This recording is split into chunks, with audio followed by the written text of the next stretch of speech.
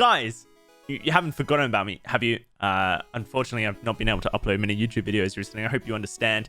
I have this sty thing in my eye. I've talked about it a little bit. It's essentially a bacterial infection in my oil gland. And unfortunately, it got a little bit worse. It cut open as I was treating it. And when it cuts open, then it has a real bad chance of reinfecting the eye or the oil gland. So it got massively inflamed. And thankfully, it's on the mend now. I've been doing like 4 different things 3 times a day to treat it at doctor's orders. It is getting better now, thankfully. But during the time that it was worse, it was causing, headaches, brain fog, eye sensitivity, light sensitivity. I've basically not been able to edit or even really stream for very long without, feeling incredibly drained. So I do appreciate your patience on this. It should be getting better now, and we can get back into some more regular content, like Hardcore Survivor, coming up on July 22nd on Twitch, and then coming to YouTube afterwards. So look forward to that. Today's video is actually a little tidbit of coaching. Anyone who wants to get better at Dead by Daylight, especially Killer, is going to love this video because there's so much golden nuggets of advice in it. Recently, I did a charity auction to raise money for Puppers and his ALS treatment. And the winner of the auction would receive a Killer coaching session with myself. And due to the charity aspects, the auction was heavily inflated. People wanted to support Puppers and get that coaching session. And Born Dreamer actually ended up winning the coaching session for about $551. And all the money from that coaching auction went straight to Puppers. We actually ended up doing about 2 hours of coaching with him and made sure that he got a lot of good advice on how to improve his Killer. So this is basically just a half of the coaching session cut down for YouTube. There's a link to the full coaching session in the description if you want to watch it all. And I wanted to share this with you guys because I think that there's so much useful information to new killers in this video. And basically hear from you guys. Do you want to see more coaching sessions like this on YouTube? I think I might offer these on my Twitch channel for about $100 an hour. And maybe a little bit cheaper for VOD reviews if you just want to record a gameplay and send it my way. Either way, here it is. Enjoy. Make sure to hit the thumbs up button, comment below, and hit the subscribe button if you haven't already, as 51% of you watch my videos and aren't subscribed. And I wish you were subscribed. That would make me happy. Thank you. All right, enjoy.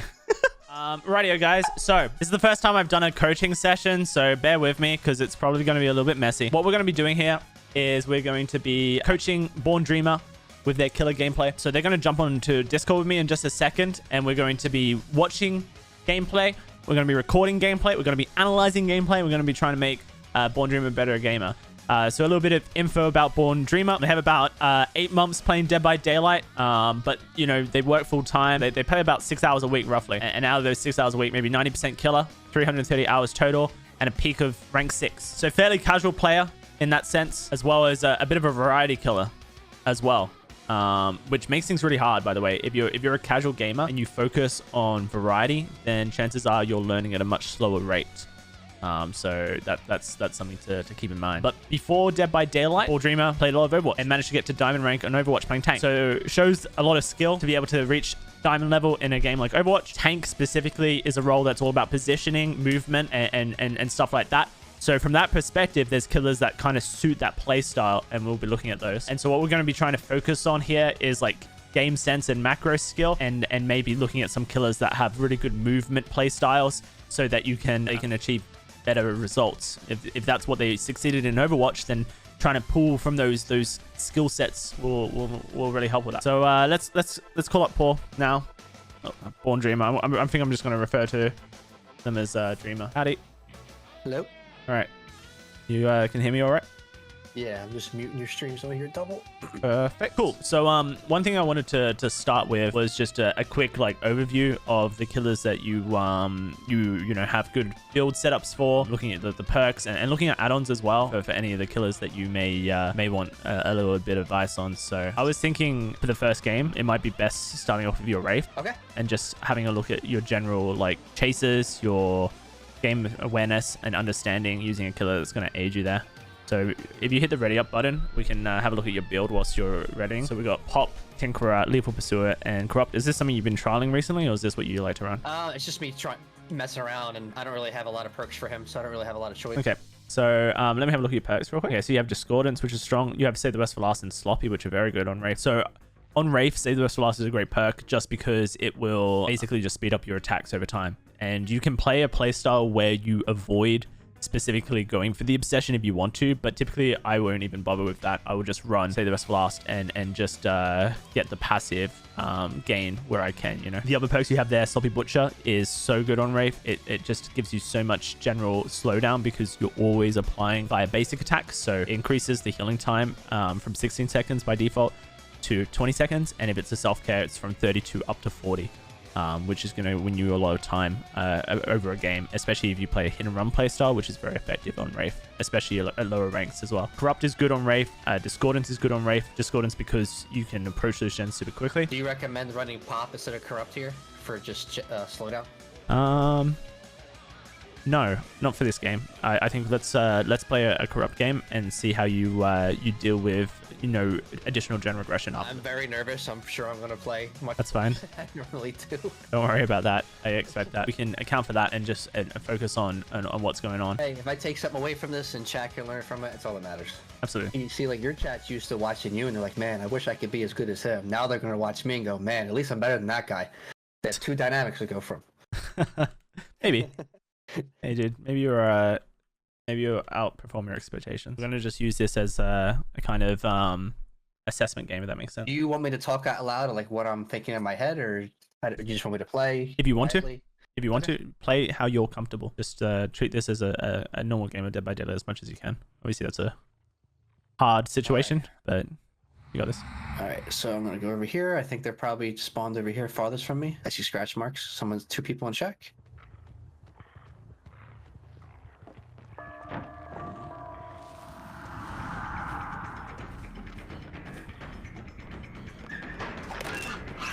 Oh. Oh my god. Okay.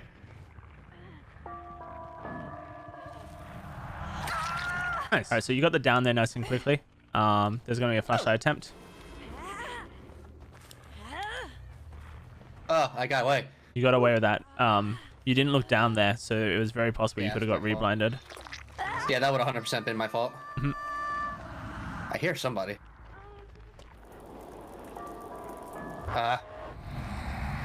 Rip. That's all right. So just remember, I have thrown you in the deep end here by not giving you any gen regression. So don't worry about the result of this game. Just focus on good chases and good map pressure. Nice dead hard. Mm-hmm.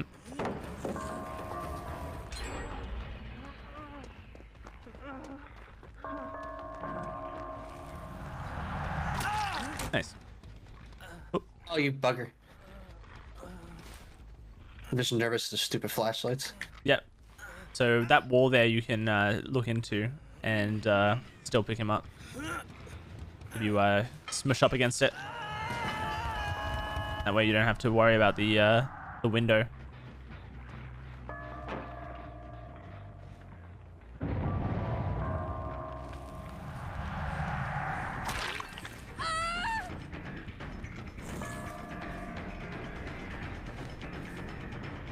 This is really good for you.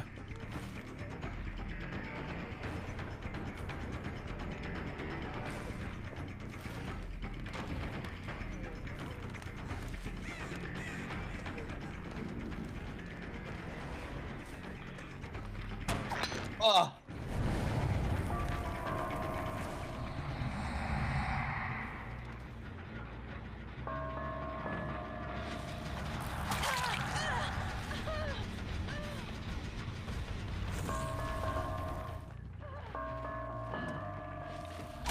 Nice. So what are you thinking right now? Basement. Get some pressure going. Yep. Maybe do a little more hit and run. Yep. So if you look at the player icons, what would you say your state of the game is right now? I have good pressure because 2 people are injured. Yep. Now 3 people. Yep. And 1 person's in basement. You got that. Ooh. All right. Thank you. So this is good for the down. But Jake is your obsession. So you have just lost 4 stacks to say the rest for last and gone from 7 to 3 here. It's not the worst case scenario. It's just something to keep in mind when you do equip say the rest for last, that in this situation with everyone being injured, just that one hit on Jake was really good. But potentially you could have got more value by hit and running there.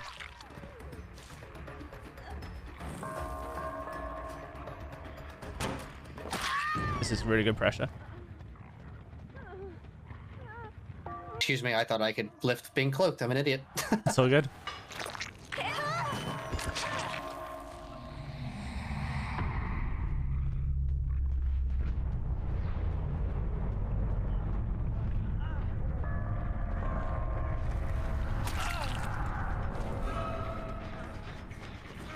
I just dead hard.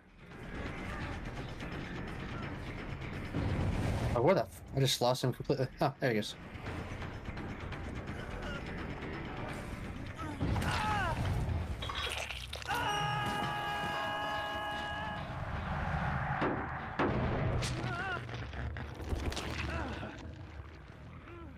Oh.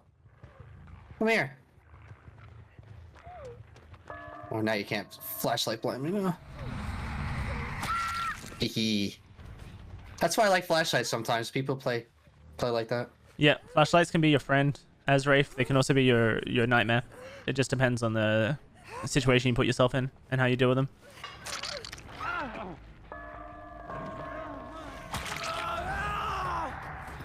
God, save the best for last is so fun. Yes, it's super solid when you get it going.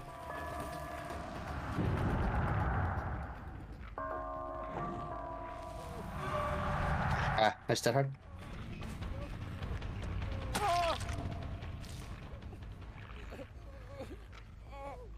Oh yeah? Come on.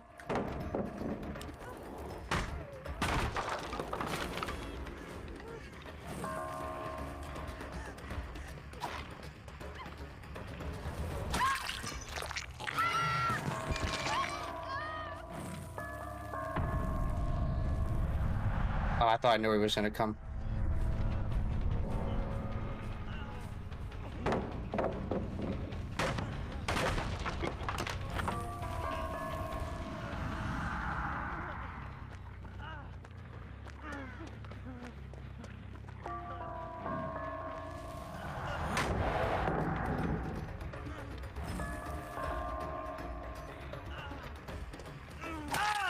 Nice, and you were worried. I got really scared in the beginning. Then it kind of got a lot better as it went. The first 2 gens in Dead by Daylight are freebies. When you get over the concept that you need to 5 gen, 4 gen, then you get there. Alrighty, that was really good. So let's go quickly over this game here. I'm going to show you my screen, and there's just a couple things that I want to focus on before we get into coaching your nemesis. Just that's going to help you with your gamer sense, I think. This lobby. So you started this game off really well. So let's just talk about spawns real quick. You're on Shutter Woods here. Shutter Woods is a pretty large map. It's actually the 2nd largest map in Dead by Daylight. And so your instinct was, I guess, essentially to run to the corrupted gens to try and find a survivor spawn. Which isn't a bad instinct. Corrupt intervention can help with this.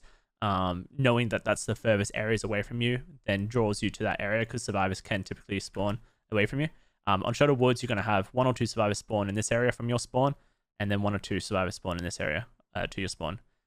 It is possible that you do get an odd survivor back here, but more likely that they are either around this area or around the shack area. And as it worked out, I think you got a 4-man around shack. This was something that I think as you get to higher ranks, you're going to struggle with. So you found Jill, I think Liam was back here or behind the shack, and Jake was behind shack as well. And you're starting a chase at shack. This can be really detrimental to your gameplay if it goes on for too long. So that's something to keep in mind a little bit when chasing around shack, is that you need to make sure that if you do decide to do this, you drop chase sooner rather than later, because when you get to higher ranks, you might actually suffer over time, because shack is just one of those loops that is very hard to get a catch a survivor on. We get really lucky here. Jill missed paths. And I think, this could be nerves, this could be panic, but based on some of your other decisions, you're a swinger. And what I would like to really get out of you is a little bit more patience on swinging. So we can see before she even reaches the window here that one of 2 things is going to happen.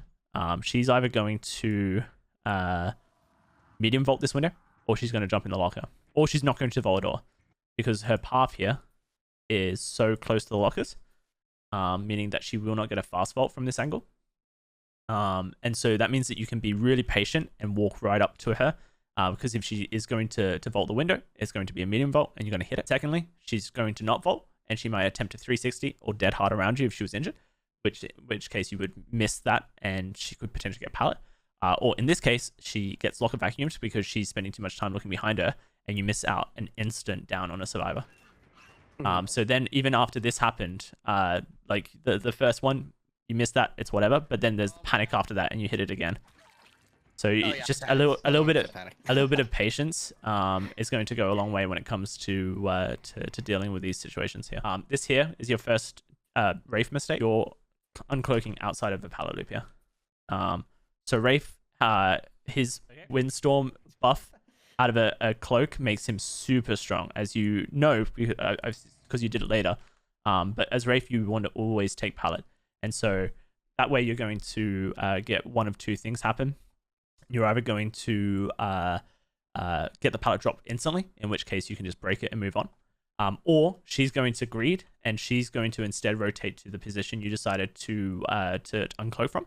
And then you're going to be able to follow up with a windstorm around the loop to get the hit and down immediately. So uncloaking outside of a loop like this, the same goes for Pig, for example. This is going to result in mistakes more often than not. Thankfully, she made the mistake for you. But as you get into to later games and higher ranks and better survivors, then they're not going to make those mistakes as frequently. Then we have the flashlight situation here.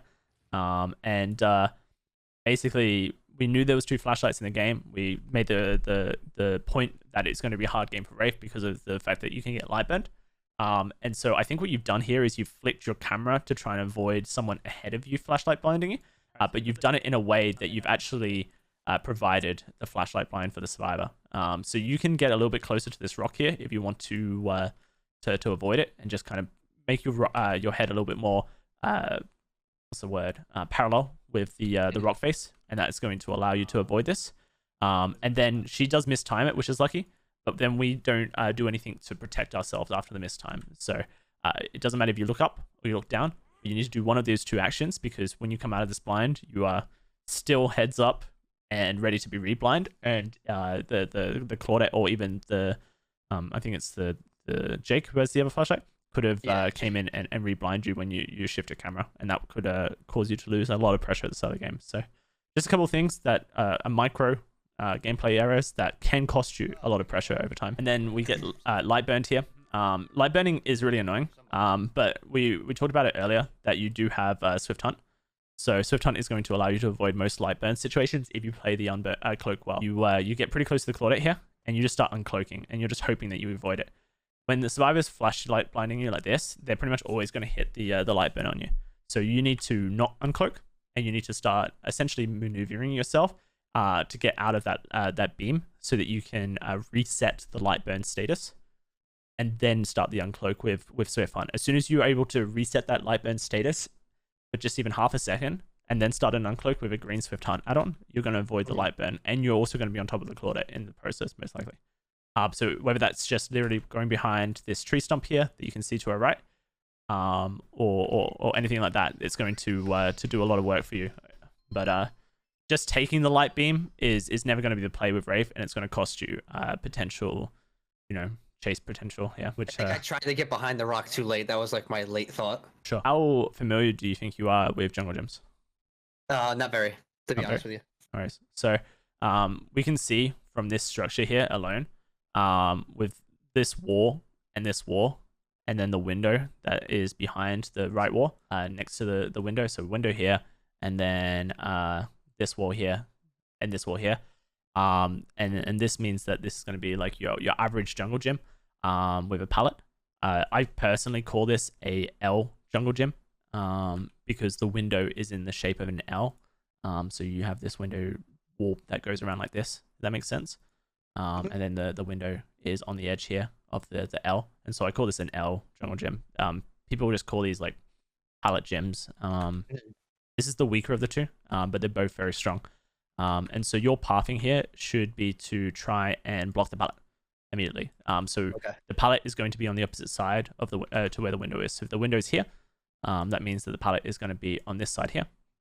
And so you can basically use that map knowledge to then path directly to the pallet and force the survivor's pathing to change. With Wraith, you can probably beat this Leon if you take a more direct route to the pallet, and one that will either get you a free hit, or it will force the pallet down instantly. Whereas this Leon actually ends up looping very safely, I guess, and so he just runs straight into the pallet and drops it. So you get the pallet for free. So, you know, in the end, because of the way the survivor played it, you don't really lose out much on. But if the survivor played that a little bit more, had good looping skills, then that could cost you because of your decision making. And this is where I talk about your swing patience, especially at the start of a game when you haven't chased anyone, or you haven't chased all 4 survivors once. You need to be cognitive of Dead Hard as a perk. If you haven't seen Sprint Burst, you haven't seen Life, then just assume Dead Hard. And we can get this hit very easily here by just holding. The survivor's mispositioned already. You've managed to get into a position in the jungle gym where he's too close to you. And so his Dead Hard here, if you hold your swing, is going to end up killing him. He's either going to Dead Hard to this spot like he did, and you patient and you slap him. He's going to wait and he's going to Dead Hard through the pallet, in which case you're patient and you slap him on the other side of the pallet as he drops the pallet, which is going to then give you a pallet as well. But in this situation, the survivor had made the mistake with their positioning, and they're dead as long as you're patient.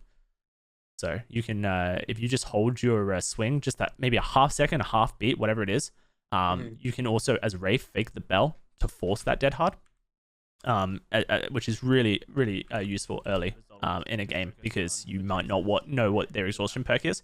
By fake the bell, it's literally, as you're coming around this corner, tap LT, and that will make him think that you're swinging, because the animation of ringing the bell is your weapon lifts up.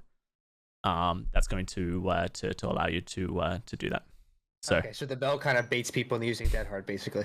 Yeah, survivors are waiting for an animation, and when you tap LT to cloak, and you just literally tap this, it's not a hold, your weapon will rise up. You'll see it here as you cloak. See how your weapon rises up? That basically makes the survivor, because they're looking for that animation, it makes that survivor think that they're about to get hit. And so they will pull that Dead Hard, and then you're able to swing. So on Wraith specifically, that action is super useful. So we're in a good spot here. We got our 2 downs. You need you have a bit of trouble with T-Wall Elbows by the looks of this, based on this next chase with the Claudette here.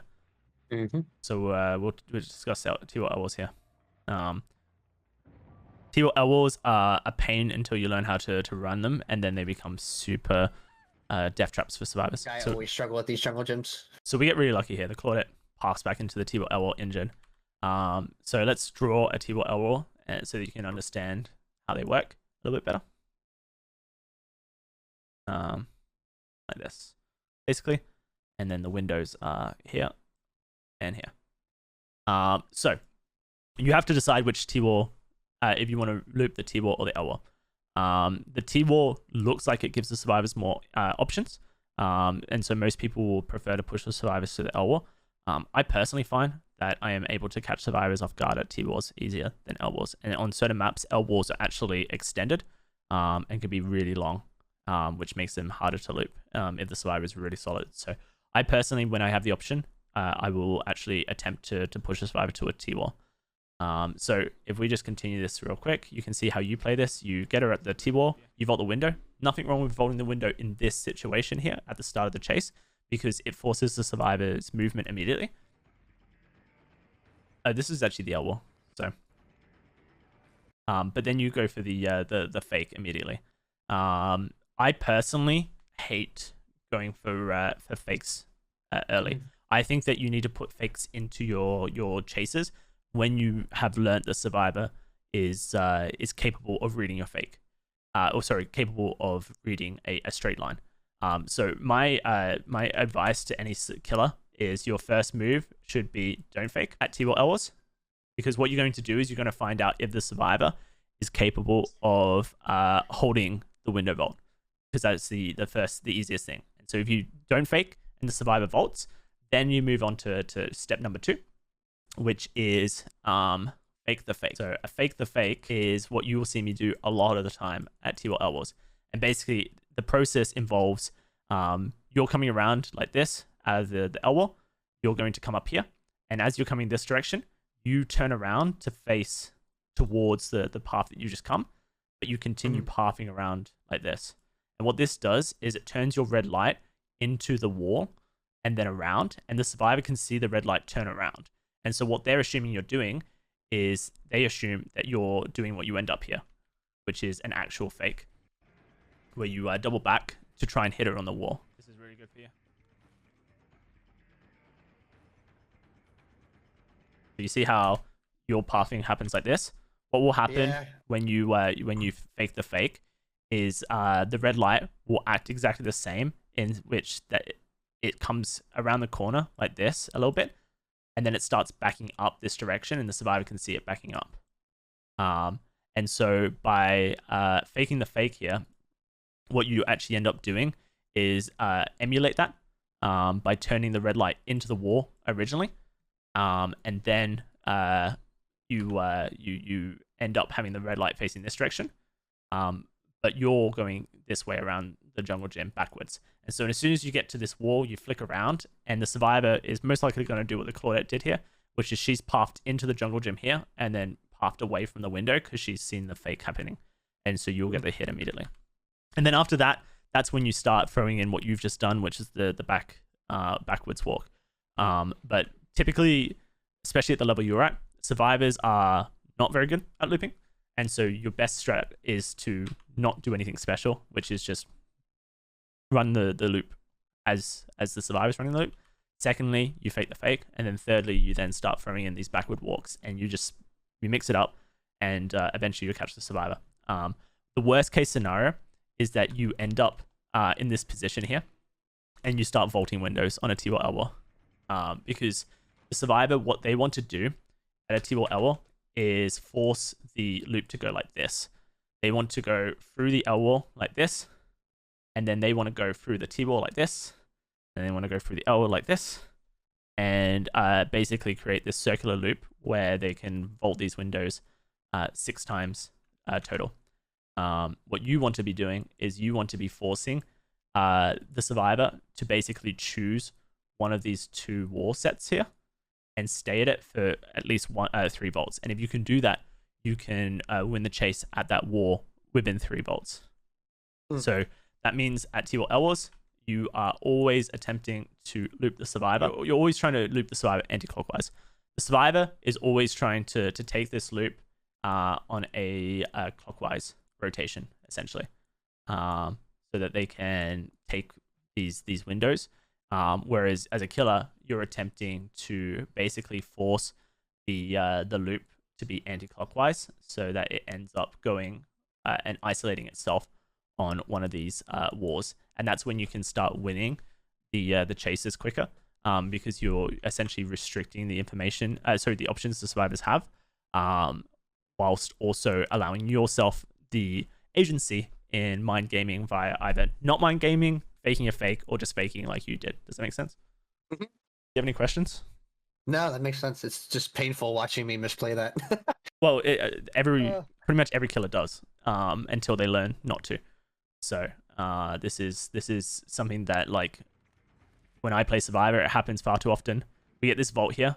So you may have picked this vault up from me, which is something that I sometimes will do, is I'll vault a T-wall like this, specifically if the survivor's there. And it's basically a very calculated decision that assumes that the survivor has mispositioned at the back play here.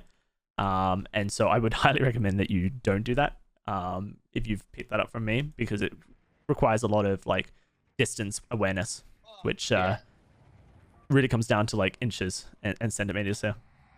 And then we drop chase because of discordance, which I think is a huge mistake, because that Claudette had gone back to a loop.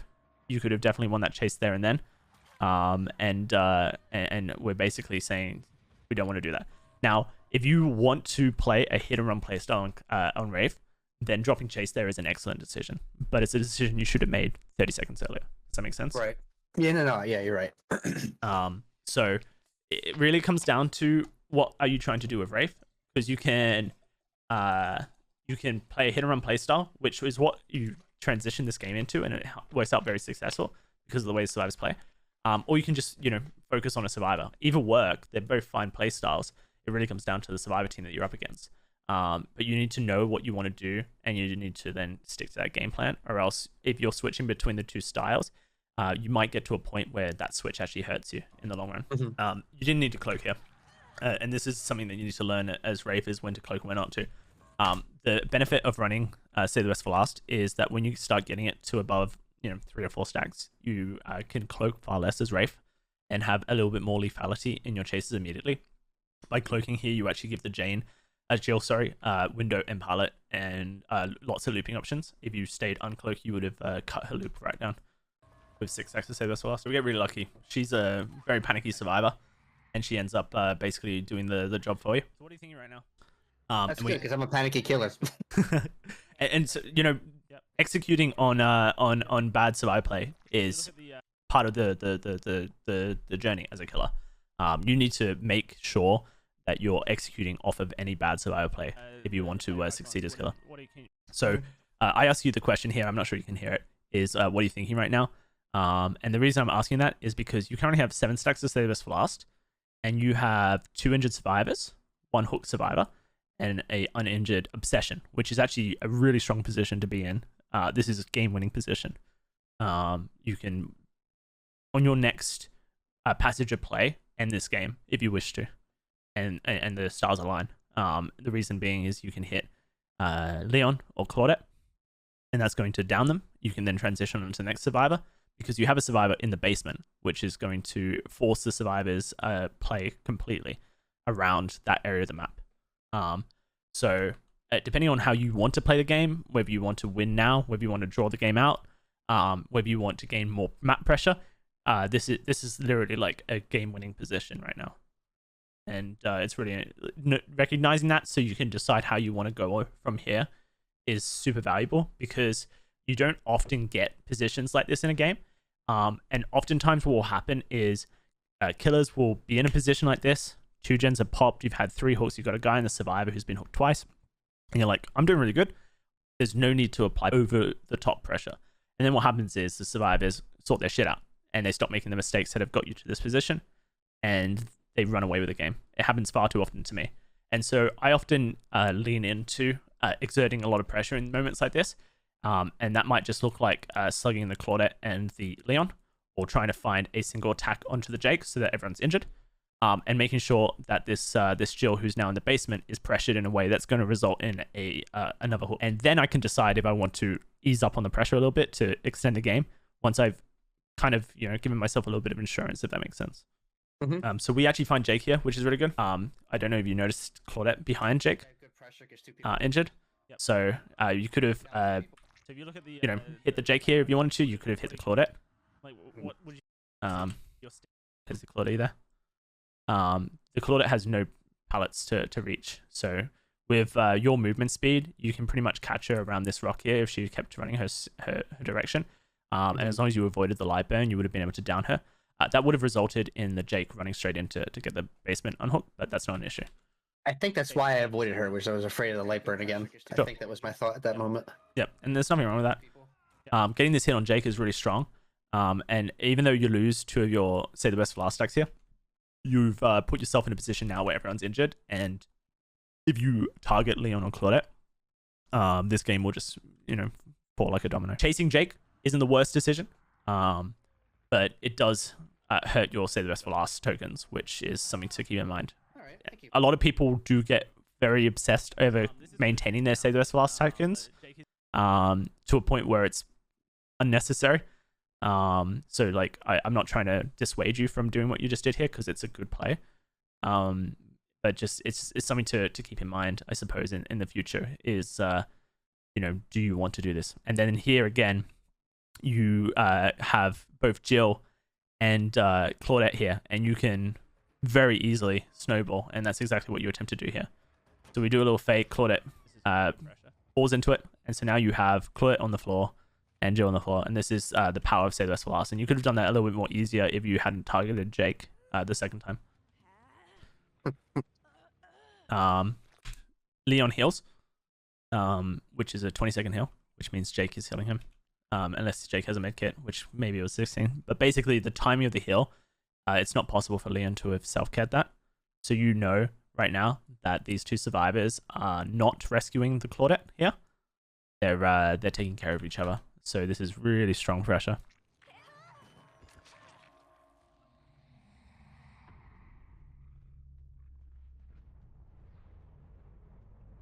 And then here they are. So you probably, like, the reason I highlight that is because you could probably just path straight here and save like 3 seconds, 4 seconds, depending on if you saw that. And then the decision here, this is not a bad decision to go for the Leon. But Jake was a free down. So, you know, the survivors have already put themselves in this position where game's over. And you could have very easily, if you wanted to, I think that's me having ingrained in me that I'm an asshole if I go after the Jake because he just got unhooked, and it's me being nice. Sure. And, you know, there's nothing wrong with being nice in this situation if you want to. It's just recognizing it. That if you wanted to, you could down the Jake and then down the Leon, and this is GG. More than anything, because the Leon, they haven't done the smart thing and moved 2 meters to the left here where there's a pallet that would have protected them. They have decided to heal under a hook, which is greedy, especially versus Sloppy Butcher. So the survivors have misplayed this tremendously.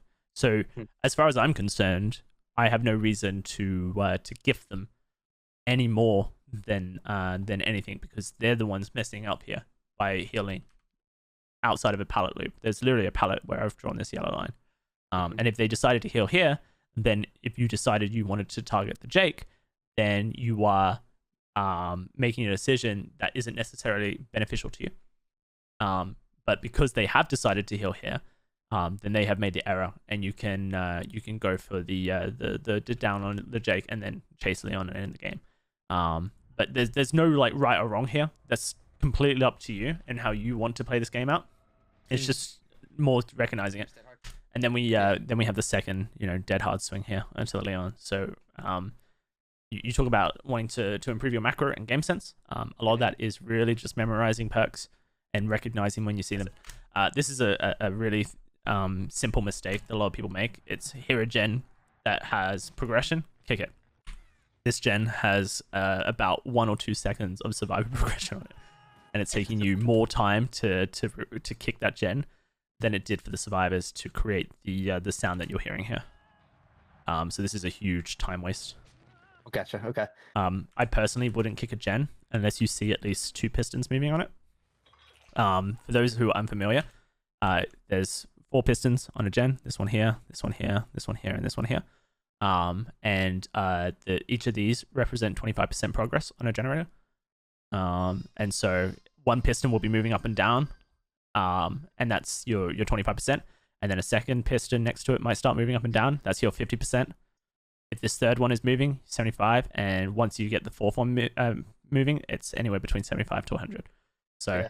I personally wouldn't, especially without Pop Goes Weasel, I wouldn't be bothering with any gen that doesn't have at least 2 pistons moving for a kick like this, because it's just not worth your time. This gen here has literally maybe 2 seconds of progress on it, which is nothing. One thing I would recommend here is you're cloaking up just a little bit too quickly in these chases. This cloak should happen at the pallet itself. If the survivor does decide to like hold this corner here and drop the pallet, then you're going to get a 5-second stun instead of a 2-second stun because you're cloaked up, and that's going to hurt you. So what you want to do is you want to make sure you're inside the pallet.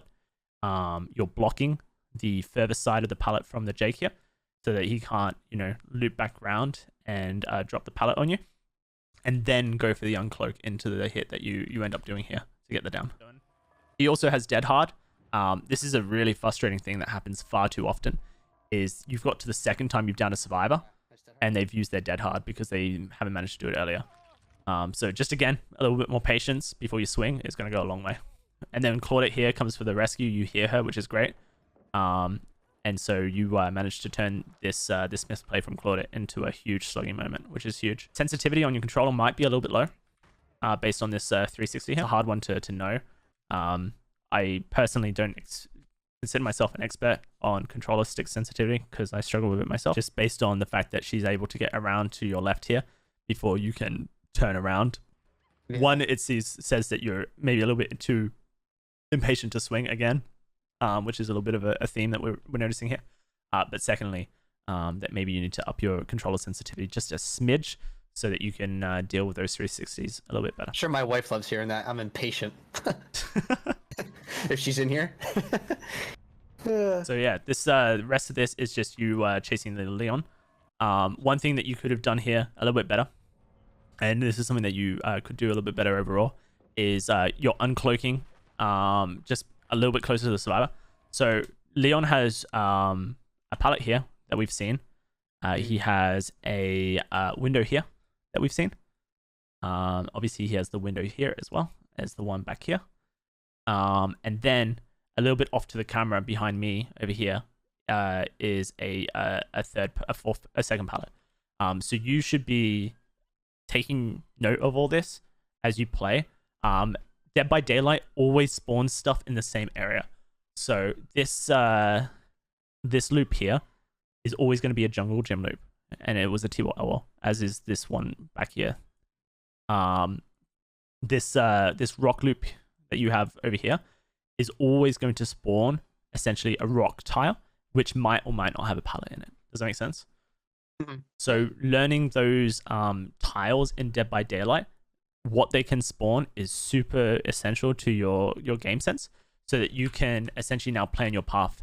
So Leon is out here.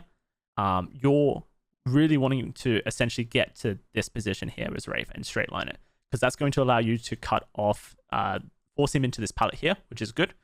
It's going to allow you to cut off the window here, which is good. Or if he decides to go to this pallet loop, you can essentially path ahead of him to make sure that you get the hit quicker. Mm-hmm. And so, and these are all things that you've seen in your game, and so you're able to recognize this. But what you end up doing is you just essentially slipstream him, where you just start following his pathing. Mm-hmm. And so you try to get close for the uncloak here. But if you remembered that this pallet here existed, then you could have essentially gone one step further and got in front of him and made sure that this pallet drop never happened, and the game would have ended here instead. So there's literally nothing wrong with this, because like in this scenario, there's really no way that you can lose this game. But just remembering this kind of stuff and playing like this is going to ingrain in you this level of play that's going to allow you to constantly win chases quicker. Does that make sense? Mm-hmm. Cool. Do you have any questions after watching that all back? No, that was great. Thank you. I appreciate that. So this is Wraith. Wraith is all about your, general positioning around a map, making sure that you chase well as an M1 killer, and loop well as an M1 killer, and then using the cloaking mechanics to help you win chases.